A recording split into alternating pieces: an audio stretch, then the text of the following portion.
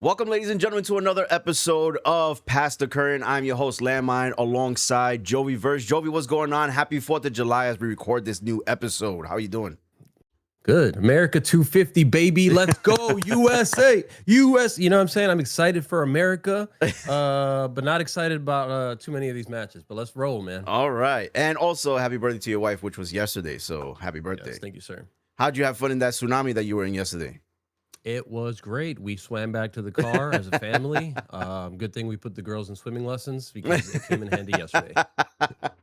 Yeah, they look terrified, man. I saw the photos I think you and your wife posted, and I was like, oh my God, aren't they used to this? But Chris iterated that you can't get used to Florida. So to be specific, you don't get used to the monsoons, but specifically they were crying like that because lightning struck like right on top of us. So they were just like, "Oh, we're gonna die." That's where scary. the fear came in. Yeah. But we had something similar here in New Jersey. I sent a video. It was like a sandstorm. My wife looked it up. Yeah, my wife looked it up on. There's like a Facebook group for our area, and they're doing construction in two parts in where we live in New Jersey.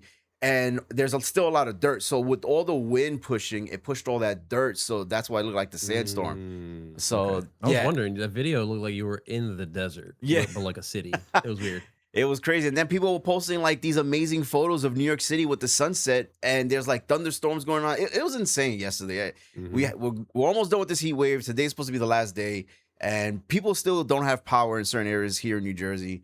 So I'm just glad that I have power. It went out yesterday twice, and I was scared for my life. And yeah, I'm happy that we have power, and here we are to record. But I want to talk about Raw, which I was at Atlantic City. Got to see both Raw and the recording of SmackDown. Raw was incredible. Yeah, it was great. I had a great time. My wife had an amazing time. She was screaming at the top of her lungs for everything. I was just there like in the moment, like enjoying it, but also recording it. There's pros and cons to going to a live show. You don't get to hear the commentary. It's just like any sporting event. You don't get to hear commentary. And that's kind of something I miss. I miss the camera angles. Also, there's like backstage segments that they show, but you can't hear because the crowd is too loud. So those are just some pros and cons, but seeing the stuff live and being there with the audience and enjoying some of the entrances, like when Oba came out and then Brock Lesnar came out, Roman Reigns, Seth Rollins, Joe Hendry, like it was a jam-packed show. Rey Mysterio, it was just so good. Raw. SmackDown was good too, but it was a lot shorter because now they're back to 2 hours, which is a great thing. But I want to talk about the number one thing on my mind after Raw ended, and that was Roman Reigns versus Seth Rollins at SummerSlam for the World Heavyweight title. Initially, when it was announced, like right after Raw finished, I was kind of confused because I'm like, if this were the case all along, why wouldn't you have Seth Rollins win the King of the Ring to then use that opportunity to face Roman Reigns? But then you gave it to Oba, who then doesn't use his World Championship opportunity to face someone. He's now going to face Brock Lesnar in a Hell in a Cell at SummerSlam, which is still an amazing opportunity, an amazing match. But why have him win if he was not going to use it? Joey, what are your thoughts on this? Yeah, that's my point. I don't get Oba winning the whole thing just to not use it to challenge someone with a belt. I don't get it. I don't know if it's like, I guess the crowd was already predicting the interference by Brock, so they wanted to steer away from that in a way, I feel like. But at the same time, it's like it defeats the purpose of Oba winning the King of the Ring, does it not? Yeah. Because everybody, you got to challenge someone for SummerSlam, and it's going to be a great match regardless. I mean, Hell in a Cell between Oba and Brock Lesnar sounds insane. Yeah. But at the same time, it's like, man, was this an initial plan? Was this the plan the whole time? Or did they pivot last minute because of everyone being like, this is too predictable, blah, blah, blah. And now they're kind of rolling with it. So I don't know if it was planned this way. I think they just kind of are rolling with the punches at this point. So from the rumors that I've been seeing online, such as on X, is that they always had this plan. They wanted the trilogy to end at SummerSlam, but to build anticipation for whenever Oba versus Roman Reigns happens. That's still up in the air. I think they're still waiting to see if The Rock is going to get involved for WrestleMania 43 in Saudi versus Roman Reigns. That's going to be a big match if that does happen.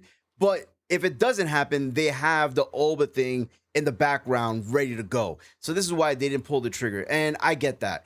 Was Oba the right person to win? I think so, because of all the momentum building towards him being the ruler, and now he is the king. I thought that was great. But him not to use the opportunity, I thought they missed something here.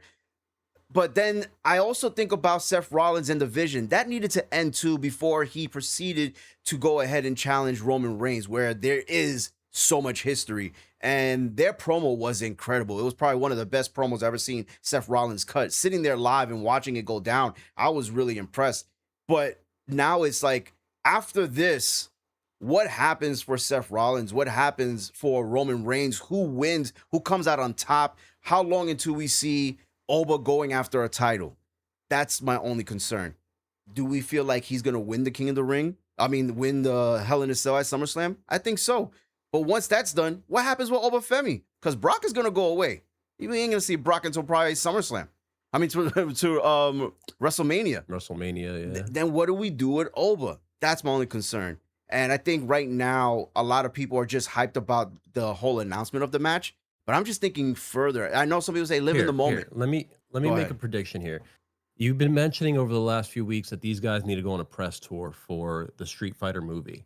What if Seth Rollins takes the belt from Roman Reigns, I think, and then Oba defeats Rollins for the belt, and then kind of is the ruler, has taken over everything, and then that way he's kind of like, Roman, you want this? Come get it. Like WrestleMania, WrestleMania time.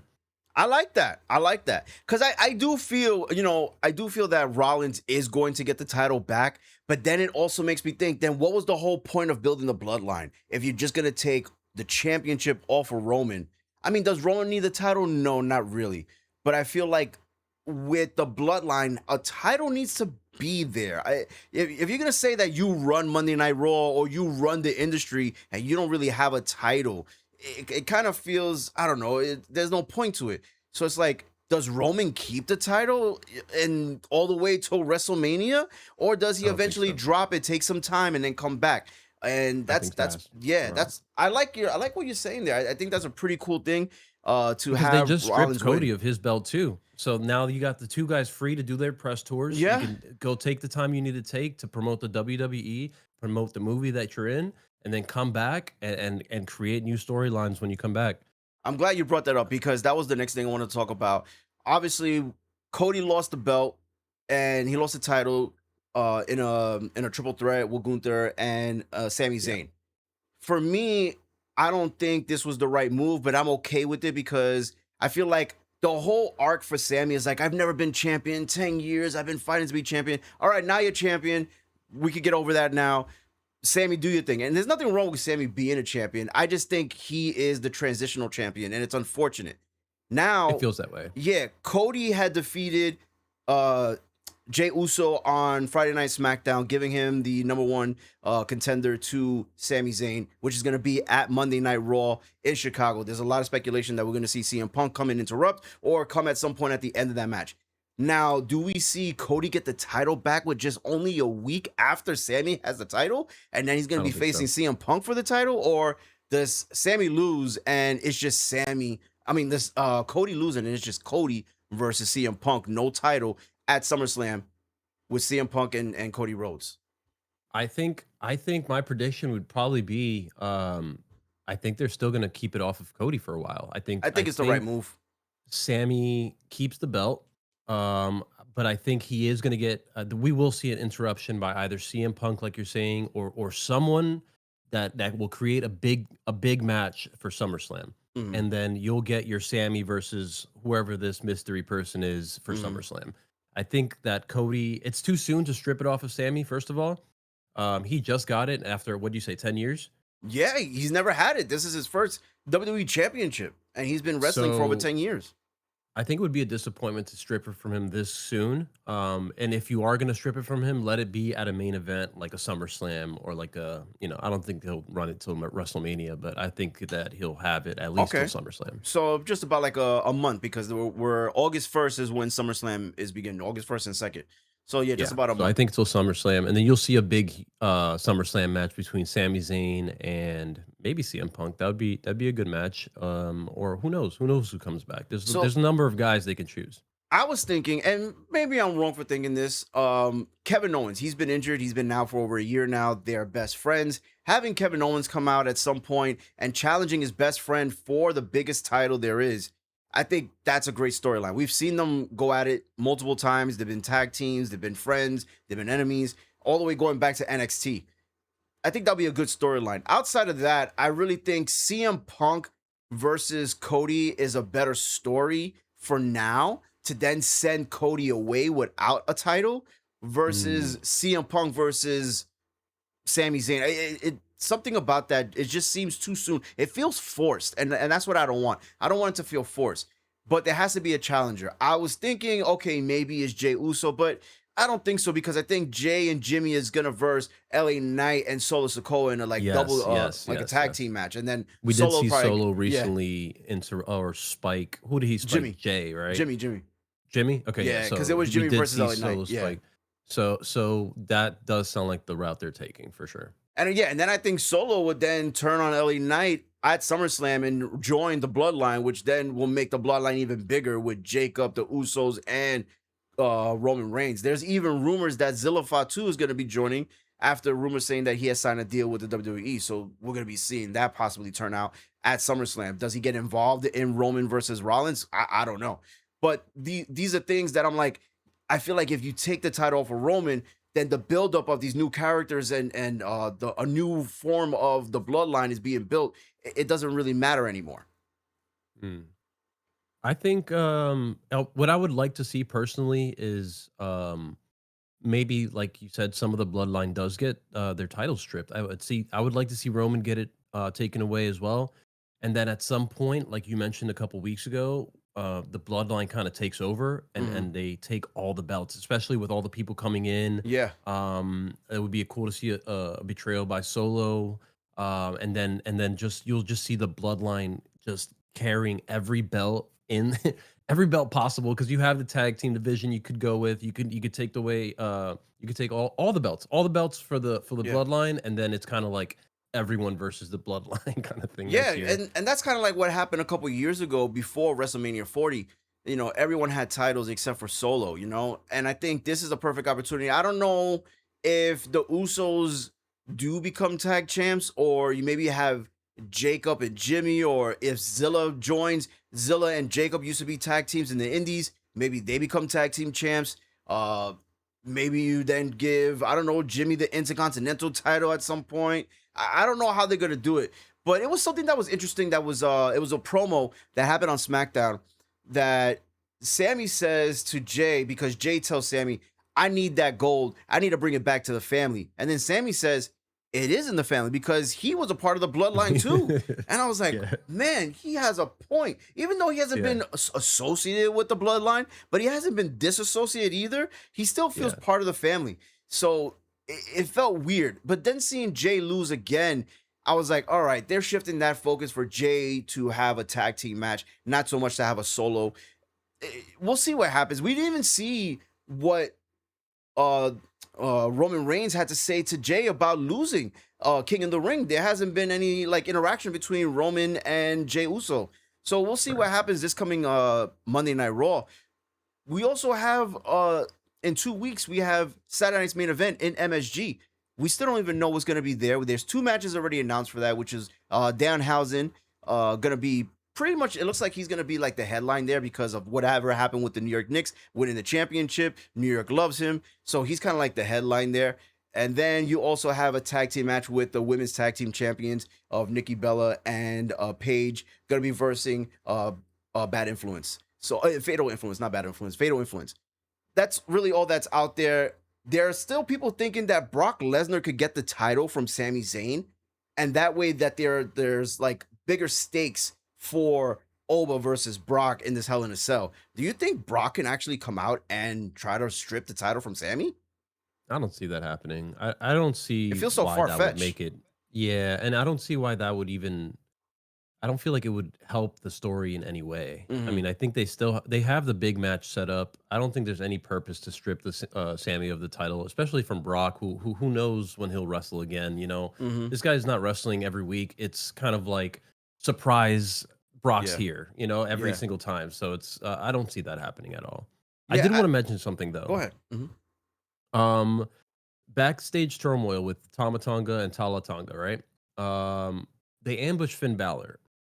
Is that setting up a tag team match between Finn and Breaker against the Tongas? Or what do you think they're doing with that? No, I don't see. I just see Tama Tonga just I feel like what WWE's trying to I do. mean, no, Finn Balor's not part of the vision. That's Austin Theory. But yeah, I Mhm. got a little confused there. But what are they trying to set up there? So I see it where Tama Tonga now that he's separated himself from the MFTs and Solo, him and his brother Tala Tonga is just kind of like what you remember seeing with Shawn Michaels and Diesel. It's like the small guy leading and the big guy being his kind of bodyguard. It's not so much of a tag team, but I Got it. also see giving Tama Tonga an opportunity for singles. Because when he came into the WWE, he was already put into the Bloodline 2.0. So this is Yeah. his opportunity to do that. And it's just him, like he said in the backstage, it's like he's trying to fix all of his past. And Finn Balor's part of his past because they were part of called the Bullet Club in New Japan. And that's Okay. just something, it's like wrestling insider info. Not too many casual fans would know about this unless you knew Got about it. the Bullet Club back then. And he also had problems with Shinsuke, which was part of Bullet Club too, and people don't know that. So it's just pretty cool to see those things take place. And those are for like more, I guess, I don't want to say like hardcore wrestling fans, but people that know about it. That's really it. That's all I see it as. It's just like an Easter egg kind of moment, right? Yeah, that's the perfect word for it. Yeah, you know, kind of thing. You know what I mean? Yeah. And Yeah. they'll have a great match. Finn Balor versus Tama Tonga will be incredible because they both can wrestle. And this is great to see Tama Tonga kind of get his own thing. He's not really a Samoan, he's a Tongan. So he was never really bloodline, so to speak. You know what I mean? And Okay. some people kind of forget that. And that's a reason I think they separated them. So And you're seeing it as this is his way of paving his yeah, own path. yeah, Got it. correct. Yeah. I feel bad because Finn coming to SmackDown, he did say, "Oh, I came to face you, Cody, and you don't have the title. Go get the title." That'd be pretty cool too. Finn is not getting a title shot. He's not going to hold the title, but who knows? They gave it to Sammy. Nobody thought that was going to happen either. But Finn is a great wrestler too. So I don't know where they go with Finn Balor. I hope they keep him strong, so to speak. If they do him versus Tama, I don't know. I don't know what they're going to do there. But the one guy I feel bad for is LA Knight. That's really the guy I feel bad for, bro. He's just getting involved with whatever they can. They're just like, all right, you're here now. Next week, I'll let you know where you're at. Yeah. I That's did like Mhm. the chant that the crowd was doing, where it's like, "Oh, Sola, so Yeah, that cold," was pretty I cool. think they Yeah. were, Yeah. and he's like, "That's pretty catchy." Yeah. Yeah. So that was a fun moment. I have another question in regards to I think you actually mentioned this about a week or two ago about Camilla Trick Williams versus Carmelo Carmelo Hayes. Hayes. They're booked for a SummerSlam match. Is that one that you wanted to see, or is that something that you're just kind of like, okay, we're past this? So it seems that way. It hasn't been confirmed. I know he's gonna have a non-title match next week on SmackDown, Okay. and I think Carmelo Hayes and Trick Williams, they have great chemistry. If you know from when they wrestled in NXT, they were together, they separated, and here they are now on the main roster. It does feel like Trick doesn't really have a great opponent. It felt like that Ricky Saints thing was just a stepping stone. It didn't really mean much, and I feel bad for Ricky Saints too. But Carmelo Hayes, it's unfortunate. I don't think he'll win this match to then I guess we'll see them at SummerSlam and then they'll talk about all the history leading up to that. But it's whatever. And I feel Yeah. bad for them because they're both good wrestlers. Like Trick is good, but I feel like Trick Williams he's worth more than what meets the eye. What we're seeing is just a small bit of potential of what he can possibly be. Because what he was doing in NXT and he went to TNA and won the championship there too. Like the guy was on a roll. It's not slowing down, but his opponents have really just been Sami Zayn, Trick Williams, and Carmelo Hayes. Like that's really all Yeah. we got. So you feel like they're beating a dead horse here? Yeah, and I hate little Yachty. I hate him. I don't. Honestly, I'm not a fan of yeah.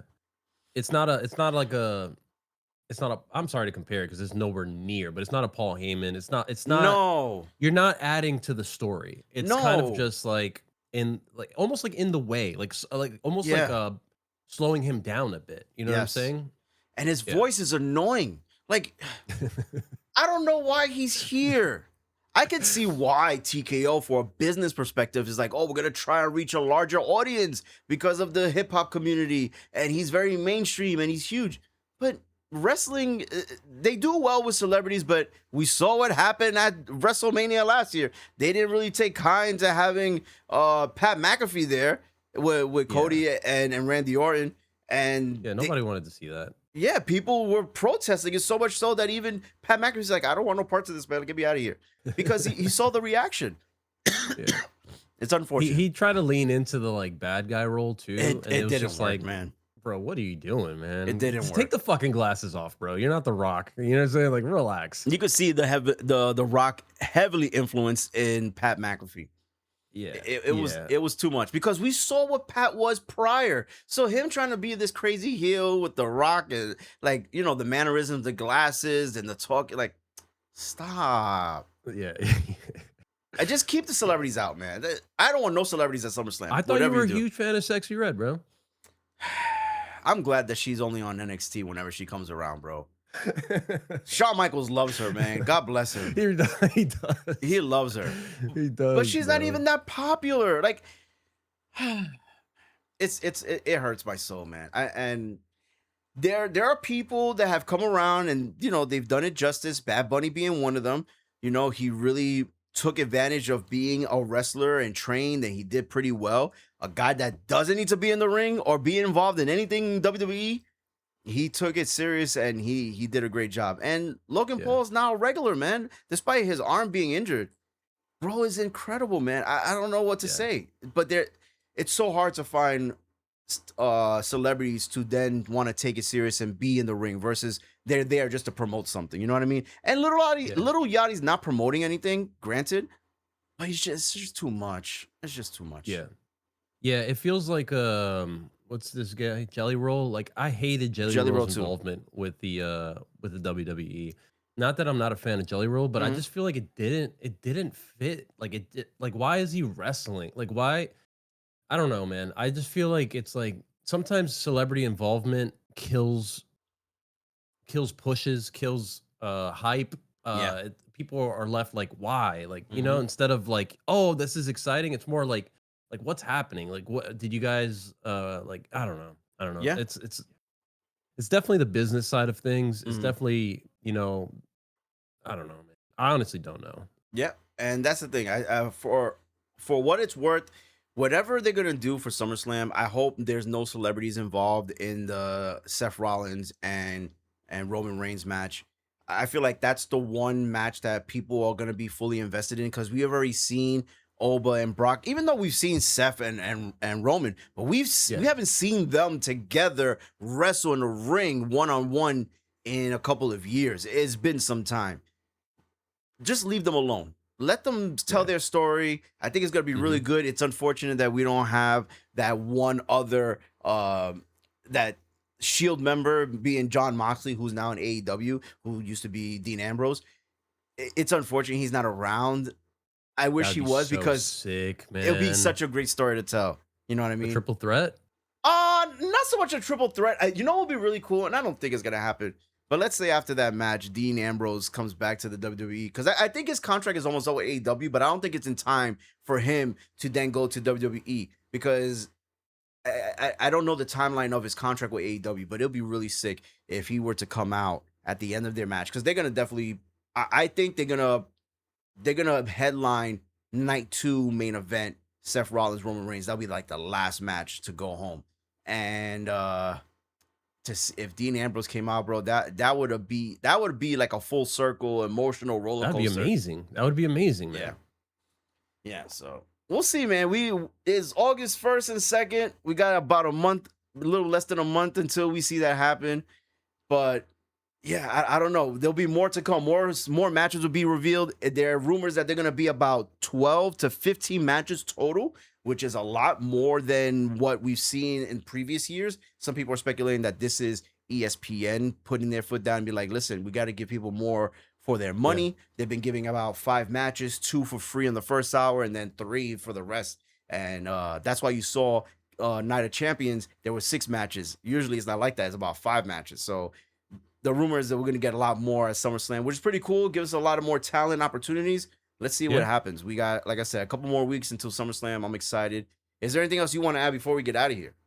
No, I think we touched on most of the key points here. So we're good. So thank you all for joining. Remember to like, comment, and subscribe. Hit the notification bell so you know whenever we go live or post a new video. Thank you all for joining. Until next time, keep gaming. Peace.